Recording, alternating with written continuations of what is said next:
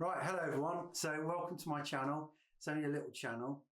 I think I've got over 300 subscribers, which isn't too bad. Now I've got something quite special for you all today. Something I've been trying to put together for quite a long time.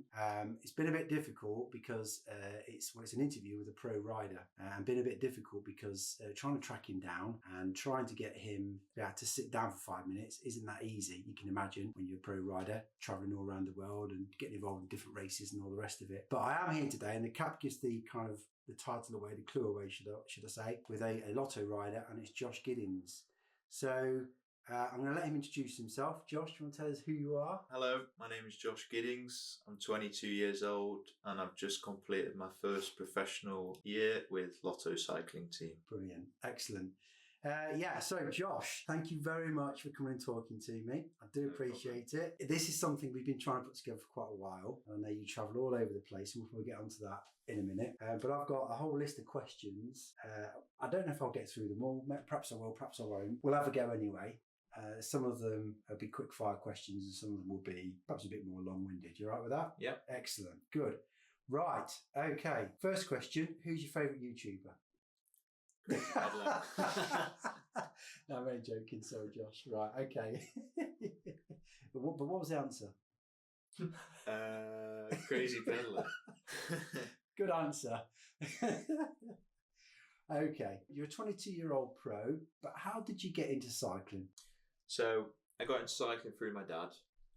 He was a cyclist on a sort of amateur level in the UK when he was my age. And when I was born, he was working within the cycling industry. So I sort of grew up around going to a lot of races on the weekends and being involved around cycling teams, and through that found a love for cycling. Yeah, brilliant. Okay.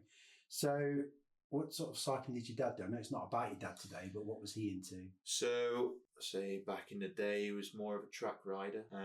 And then when I was younger, he was doing a lot more cyclocross. Right, okay. I would have thought that your natural progression then would be to get into cyclocross, but you didn't, did you? It became road racing, effectively. Yeah, I did a little bit of both. My first races were cyclocross because they were the easiest races to do as a young kid. So or sort of easier to get into. Yeah, there was more every weekend. There was always a cyclocross series. Maybe in the summer there was more road races, but I remember my very first races were cyclocross. Brilliant. So in the winter period. Okay, and now you're a pro. You're racing for Lotto. This is your first season. Yep. Very exciting. Well done. Congratulations. Thank you. Getting your contract. So what was your journey then into becoming a pro? How did you end up with Lotto? And this is the first time you've ever been a pro. You never raced for anyone else before. So how did that all come about? Yeah, so I raced a lot in the UK when I was really, really young, and then sort of slowly progressed to racing in the Netherlands, racing a bit in Belgium. As an amateur? As probably a 12, 13-year-old. Oh, right. Me and my was that road racing or was that any other? Yeah, that was mainly road racing. Every year we used to go to a race in Assen in the Netherlands, sort of like our summer holiday, but it was my first big race on the international scene. I was still only 12, 13, 14. And then as I got older, I joined the Great Britain cycling team from their sort of first level of the pathway, and then progressed through under-16s into the junior academy, then into the senior academy where I would move to Manchester. The majority of that was track-based. We did also a little bit of road. And how I got into Lotto was Great Britain cycling team. They took away the road calendar for us, so it was mainly going to be track. Then they left it upon us to look for road teams, and that's how I got into the Lotto development team. So I suppose at that point when GB weren't doing the road racing side of things quite so much, you kind of almost became a free agent in that discipline. You could go and do your own thing, sort of. Yeah, exactly. Find yourself a team. The year before, it was always racing for the national team. Right. So alongside track, we would also be doing road, but it would also always be for GB, where I did my first Tour of Britain then. Yeah, I was going to say, I remember watching you race in the Tour of Britain, yeah. So that was 2020. As a GB rider? Yeah, that was 2022. That was my first Tour of Britain. But then the year after, 2023, I joined Lotto Destiny Development Team. That was your first year with them? Yes. Yeah, and then you got your contract at the end. Okay, so how's the first year been for you? And I know that there was an injury at the very start, wasn't there? Yeah. Can you tell us about that at all? Because that was really early on. Yeah, so it started in my first race in Marseille in France, South France. Your first race? Yes, very first race. Right. I trained all winter, had a really good block, had a really super good training camp.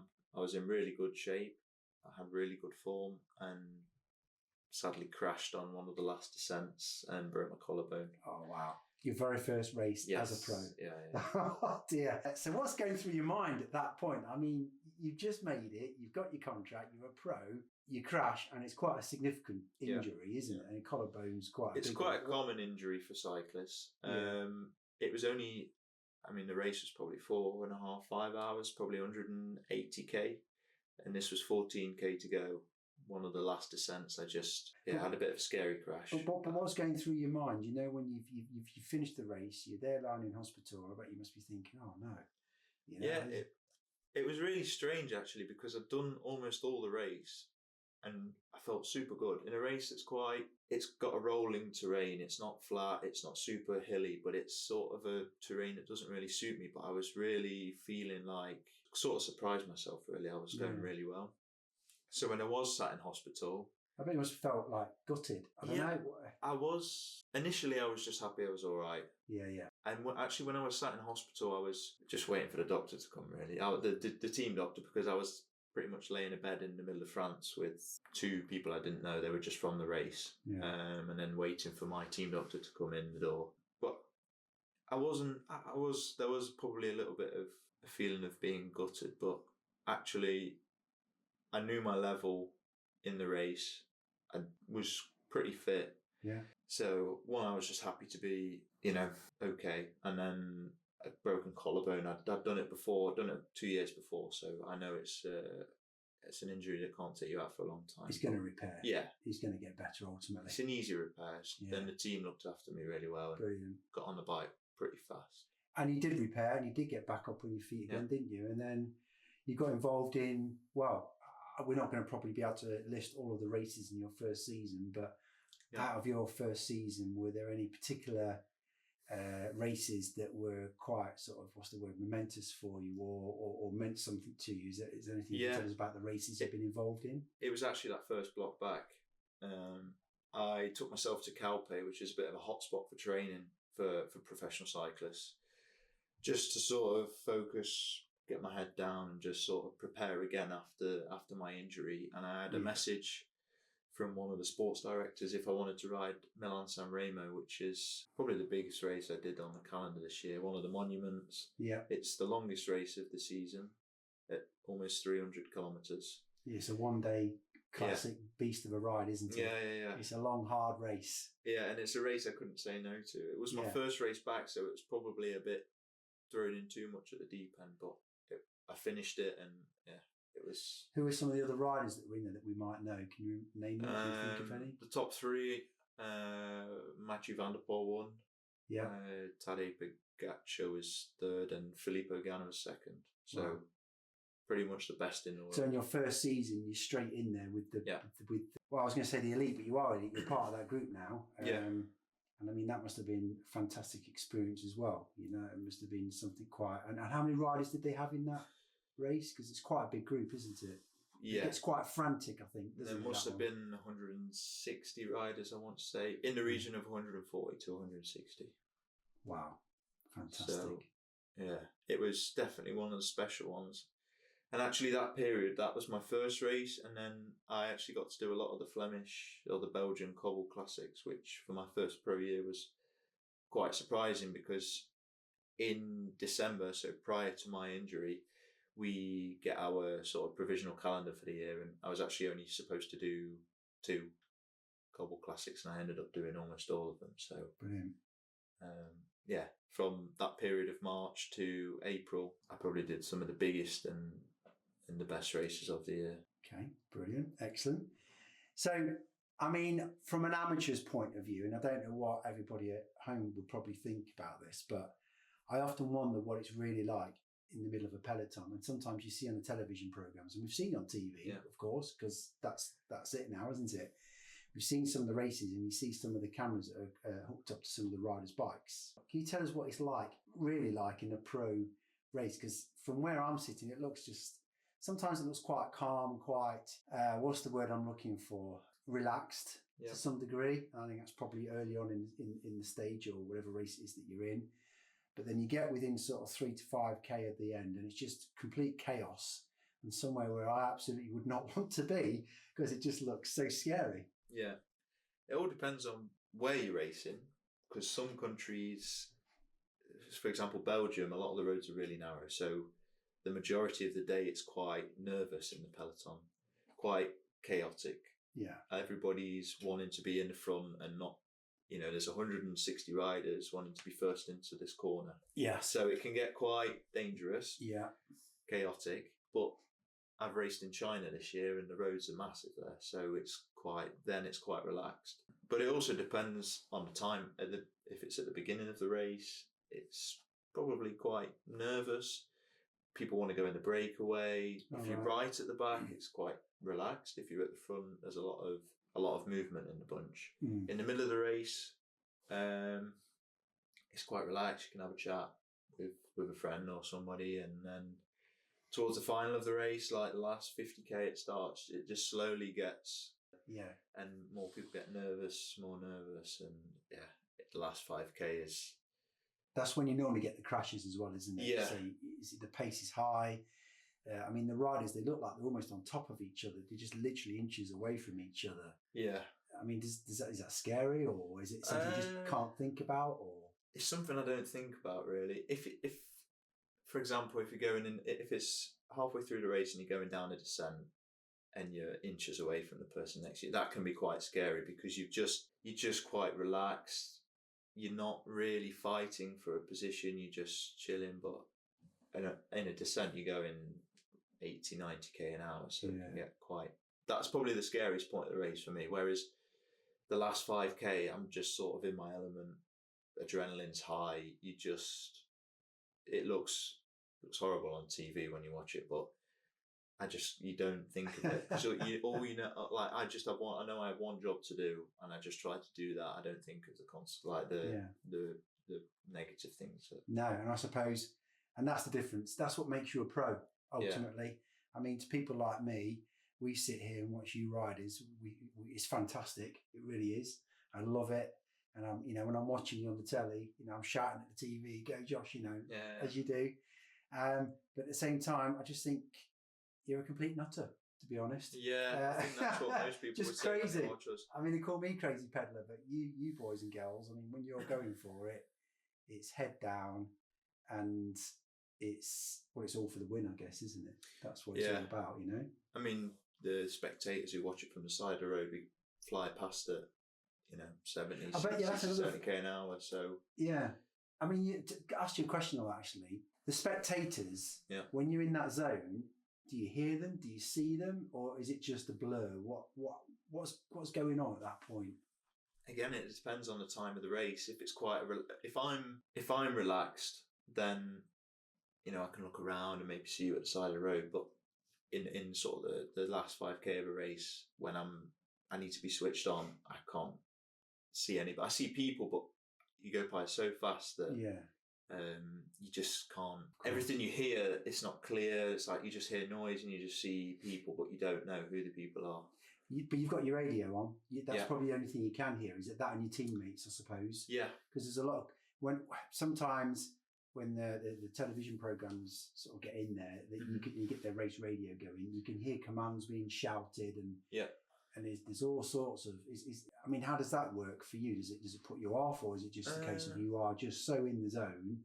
We're listening to is the radio and whoever it is that you're riding for. I guess is that how it works. Yeah, so every rider wears a radio, and that communicates back to the team car where our sports director sits, so our team manager of the day. That can change from race to race. They give us information down the radio, and we can hear that. Sometimes it's clear, sometimes it's not clear. It depends on the connection. We can also communicate between each other, between riders and the car. So normally in the final of a race, the sports director will be talking to us and we'll be quite quiet. I normally don't use the radio in the last 5K. I'd normally just shout to my teammates. Really? Yeah, because we have a little piece here where we press to speak and to take your hands off the bars when you're riding 60k an hour. It's quite like... Yeah, when you're going that fast. You've got to sort of talk into it. It's better just to shout. Especially if you're on cobbles as well. Well, yeah. Potentially. Because you did Paris-Roubaix as well, don't you? Yeah, that was a crazy experience. Yeah.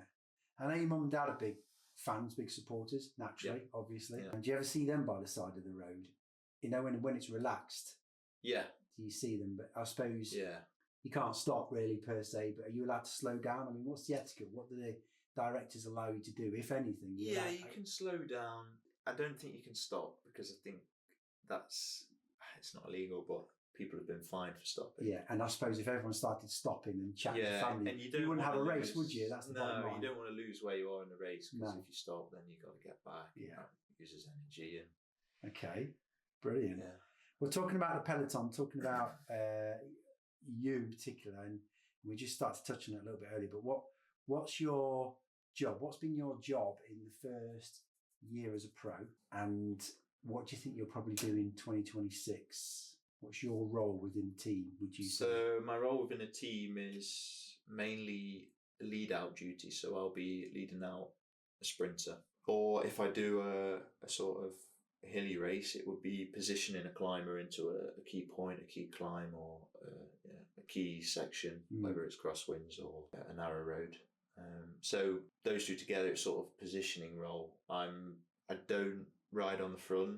I just sort of keep my powder dry, and when I need to put our sort of leader in the right place, I would try and get to front without using as much energy as possible. Yeah, try and save it for the end sort of thing. Okay. I want to ask you about team leaders, race leaders. Yeah. So it always fascinates me because I see the world teams, of which you're a part of now, one of them. How do they select a leader for a team, for a race team? So if, for example, you're going to go out and you're going to race, I don't know, let's say it's Tour Britain. You came to the Tour Britain, didn't you? Yeah. How is it decided? How do you get your team leader, and how does that work? So normally going into the season, you know who the leaders are going to be. So you're going to have climbers that are going to be leaders. You're going to have classics riders or sprinters that are going to be leaders. Yeah. Obviously, if you're riding a sprint race, you're going to have a sprinter that you're going to have to ride for. That can change. Maybe they're having a bad period, or if they're not racing, then it's, I guess, whoever's going well at that point. If somebody's had a really good race prior to Tour Britain, then the sports director might give them a chance to take a chance and go for themselves. It's normally decided before the race, probably between the sports director and the chosen rider. But for me, going into a race, I'm more of a team player, so I can sort of pick.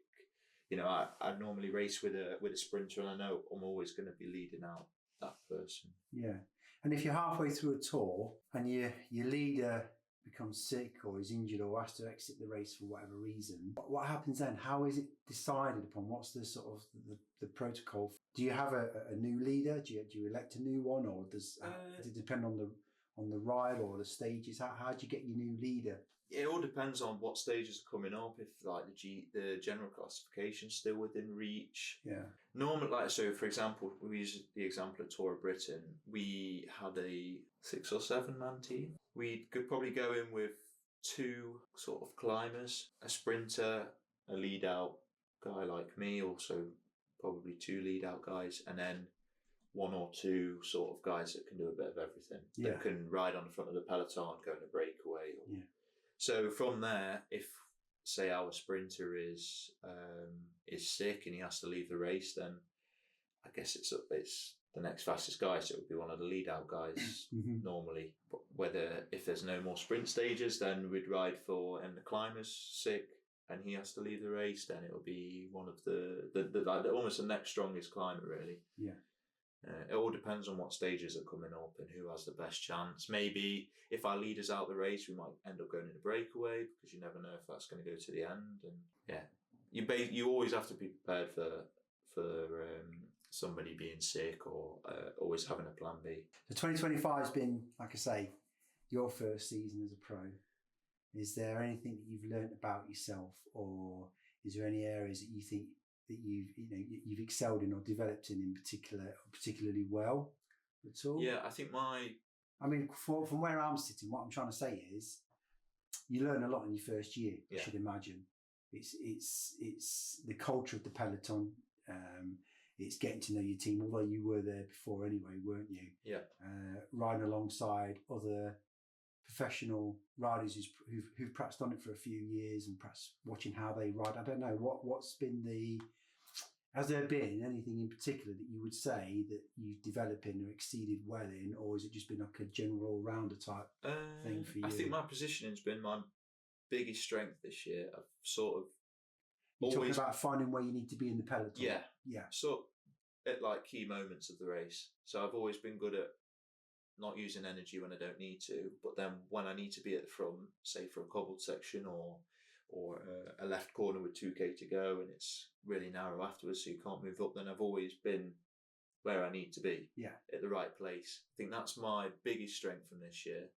And is that something that you're definitely going to take into 2026? Yeah, so I'm going into 2026, I'm basically just building on what I'm sort of establishing myself in, I'd say, as sort of a lead out rider, if that's for a sprint race. If it's more for like a stage race where you're going to have mountain stages, it'll be just more positioning the climber or looking after him, getting some bottles for him and basically making his life easy as possible. So talking of 2026 then, what does that look like for Josh Giddings, and what races do you think you might be involved in next year, if you're allowed to share? Yeah, I can share a bit. So like my first month, so I'm going to start in Challenge Mallorca, which is the end of January, and then I will go to Classic Almeria in the south of Spain. That's a one-day race, and then I will do a tour of Algarve in Portugal, which is mid-February.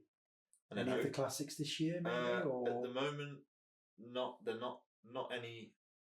There's none on my program at the moment. But that could change. Yeah. And it can change as you go into the season anyway, can't it? People get Nothing's injured, fixed. people get ill. If I go really well, then they might put me in. I asked to do a Grand Tour this year, so we'll have to see for that one. By Grand Tour, you mean? What do you mean? Anyone, really. You're talking Tour de France? Yeah, between the Giro, the Tour, the Vuelta, it all depends on who's going to the race. Then that correlates to if they need me. And I suppose it depends on the terrain and what the stages are like as well, because I suppose your directors have got to put a team together centred around what the stages look like. Yeah. Because otherwise... That's sort of how the team's selected. Like the Tour de France might be a good balance of sprint stages, but also climbing stages. Yeah. So then they'd sort of take a half and half team. So a sprinter will have 2 or 3 guys, and then the climber will have 2 or 3 guys. And the sprint team will be able to do a little bit of help for the climber in the mountains. Whereas, for example, the Vuelta is quite difficult this year, so they might only take 1 sprinter and 1 lead out guy, and the rest of the team will be sort of climbing based. So it all depends on the route and what the selection. So we'll have to keep our eyes open for that then. Yeah, I'm hoping to do one. I think that's what I need. I'd like to do one to take the next step in my career and also for my ability, really. I think if I can get a Grand Tour in next year, then the year after I'll be able to feel the next step. Wow, that'd be exciting. Yeah. That'd be something. I hope so. Well, we'll keep an eye on that. Right, let's do some other stuff then. Tell us about your bike, because it's a very nice bike. Yes, it's actually quite light as well.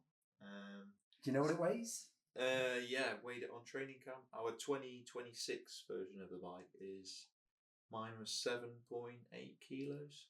Okay. So bearing in mind, I ride a Orbea Orca Aero. Mm-hmm. So it's an aero bike. It's size 60 centimetre frame, so it's the biggest size. How tall are you?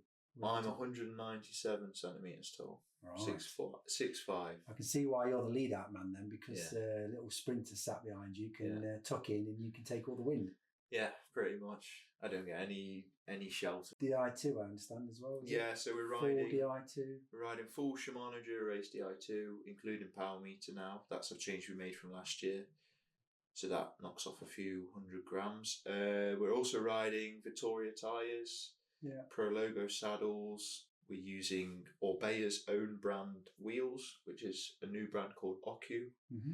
Some really solid wheels that the brand's quite young, but really open to developing, and I really like them. So. What width tyres do you guys use?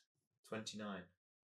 Oh, that's an odd shape, odd size. Yeah. 29. Is that a specific Vittoria tyre then? Yes, I think you can buy them now, but it's a specific tyre for how wide the rim is.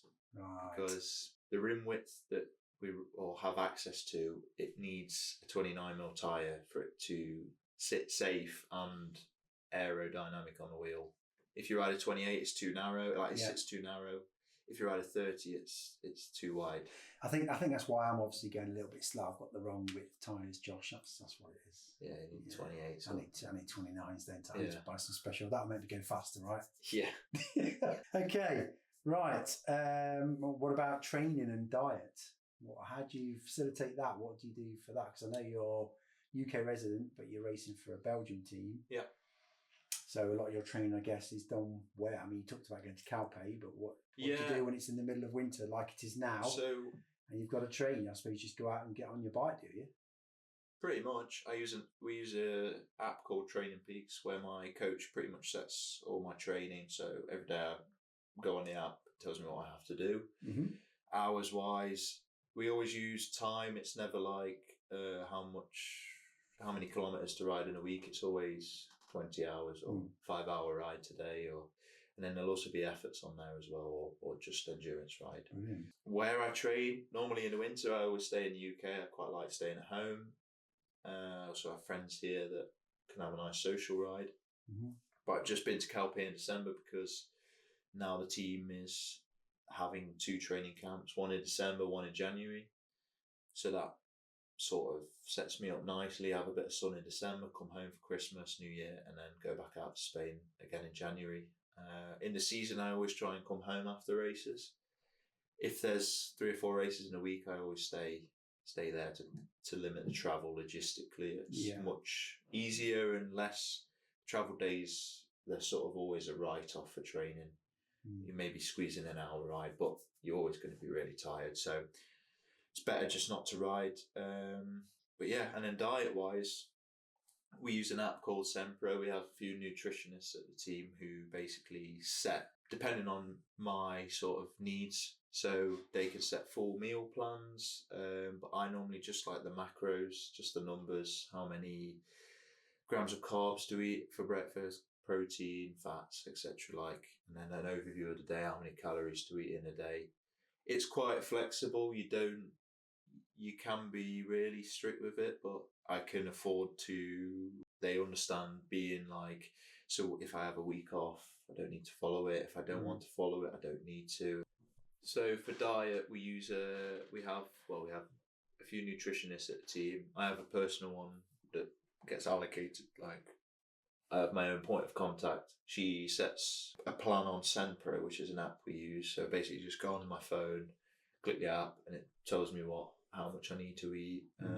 You guys are burning like 5,000, 6,000 calories a day. Yeah. That's ridiculous, aren't you? And those sort of, like, having the app and having a nutritionist, that's an important detail, especially when you're doing a stage race, when you burn so many calories. Yeah, I can imagine. Actually, it gets to a point where you actually don't want to eat that much, but you have to, because the next day you'll feel worse if you don't. So normally at home, I just sort of stay quite, balanced with it. Yeah. In the season, I'm quite focused, but in my off season or in the winter, I still enjoy Christmas, and good. I can still have. I normally have down times with it. I don't really look at it at the end of the year, but in the start of the year, I like to, I put a lot of work into training, so the diet goes alongside that. I put a lot of work into that. Right. Just talking quickly about the hill climb that you did recently. Yeah. The Ilkeston hill climb. Yes. Now I know that the record on that got broken this year. Yeah. And that was by who? By myself. Yeah. And who held the record before? Myself. So you broke your own record? Yeah, by 1 second. Yeah, now my previous video for you at home, if you go back to the previous video, it should be the previous video anyway, it's me. I mean, my editing skills are not that good. And today I've got Connor in the background. You can't see him, he's in the background, but he's a pro editor, guy, does all this sort of stuff. So that's why this looks all professional today. But in my previous video, and thanks Connor, by the way, thanks for that, appreciate that. In the previous video, it was a little bit amateur, but you'll have seen Josh on there come up, is it Bath Street they call it? In Ilk, and break his own record. And how quick did you do it? 55 seconds. 55 seconds. That is absolutely incredible. Yeah. Well done. Thank you. But talking about the thing in that video that caught it for me, the spirit of it was when I saw you talking to some of them young lads. Yeah. And it was evident to me that they looked up to you. Now, you're a local lad. Am I allowed to say that? Yeah, Okay? I'm local, yeah. You're local, and they know you. And to have a pro among them like that, for them, was quite a big thing. Yeah. So firstly, congratulations. Well done. Thank you. In becoming the overall winner, but also breaking your own record. And in fact, I think you've done that twice now, haven't you? You've done it 3 times on the bounce. Or yeah, broken your record. I think I've done it four times now over the last 5 years, and I've just got quicker every year. I think after my second or third time, I went under the minute, so that was like the big thing to do, was go under the minute, and I managed to do that, and then. Well done for that. Now, yeah. I mean, that was amazing. You're going to take that into 2026 with you, aren't you? As well? Yeah, it's for me, it's a nice little event to do after Christmas. It gets you up on Boxing Day. You get to see familiar faces, and it's all for a good cause. Yeah, Ben's Den, isn't it? Yeah, 24. Yeah. Brilliant. And even the fire service were on the bikes. Yeah, that was quite. That's fun. That was really good. Last year, so that's nice to see. But like I say, one of the things that was evident to me was how the kids were looking up to you. You're kind of their local hero. Yeah. So the question I probably want to ask you is, apart from your dad, obviously, who was a big key part of your career to date, who out there, either current or maybe a retired rider now, who would you say has been a bit of an influence to you, or somebody you've looked up to, or somebody who's been a bit of a hero in terms of cycling? Have you got anyone at all? Or was that? I wouldn't say I've got one person. I've got like a few, like Mark Cavendish, Bradley Wiggins. I was going to say the same. Mark Cavendish for me was just I think a superhero. Cav definitely is probably one of the biggest ones, and Bradley Wiggins as well. Brad, yeah. They both were track riders when they first started, and they also transitioned to the road, and in a similar way that you're doing, really. Yeah, Wiggins went on to win Tour, and Cav did, pretty sensational sprinter. So, and he holds the record as well, doesn't he, having the most stage wins at the Tour. In the Tour, yes, yeah. So that's quite incredible. Right, brilliant. Thank you. Right, well, I'm pretty much done, but I've got a few quick fire questions, some silly ones for you. Okay. Are you all right with that? Yeah. Good, because this is the Crazy Pedal channel after all, and I'm a bit crazy. But here we go. Right, who's the most mischievous rider at Lotto? Are you allowed to say? Mischievous? I'd say Baptiste. I was going to say, He also... he's got his channel, right? Channel, yeah. He's got a YouTube channel. What's his surname? Baptiste Weistroffer. Weistroffer. Yeah, so if you're interested, go and have a look at Baptiste's channel. He's a professional rider, and he captures quite a lot of the stuff he does on the actual races, which is pretty good. And you can tell he's quite mischievous. So who do you usually roommate with? Is it him or? I roomed with him a lot last year, but it changes every race actually. If there's like a select few races in a week, and the same rider's doing those races as me, then I normally room with the same person. But it can change. The selections for races change every race, so I normally get a different one. I can only imagine what it would be like roommating with Baptiste, because he's a proper character. Yeah, he's what funny. I've seen. He's very funny. Yeah. Right, a young 22-year-old crazy peddler versus Josh Giddings on a Saturday morning sprint out for the village sign. Who's going to win? He's going to win. I have to back myself. Then, I'll give you that. You probably would do as well. I've got a fast kick on me, I think. Yeah, I'm not really a sprinter. Well, never was a sprinter. I'm long distance riding normally anyway, so I don't know what I'd do. Right. Have you ever tried Wendell's vegan flapjack? I have. What's it taste like? Very nice. It is, isn't it? Yeah. Yeah, brilliant. And I think, oh no, one very important question for you. Wendell's vegan flapjack or Crazy Peddler's homemade oven chips? Think very carefully. Or shall we leave that one? Yeah, I think you did. Brilliant. Okay, well that's all my questions. There were a few more, but obviously don't want to keep you for too long. Really appreciate you having some time with me. I'd like to do this again. Would that be all right with you? Yeah, fine by me. And I'd like to try and document what goes on in your career and how things progress. Perhaps 6 months, but certainly at the end of next season, see how you've got on. Yeah. Right. Well, that's the end of today's little video. Bit different, not my usual stuff. I've tried to be sensible and professional with all the kit around me and with a pro in the room as well. Hope you enjoyed it, and I'll get back to my usual long distance stuff, I'm sure, in due course. But thanks, Josh. Really No good problem. of you to Thanks for having me on. Yeah, cool stuff. And we'll see Josh again in the future. Right, thanks for watching. Take care, and I'll see you soon.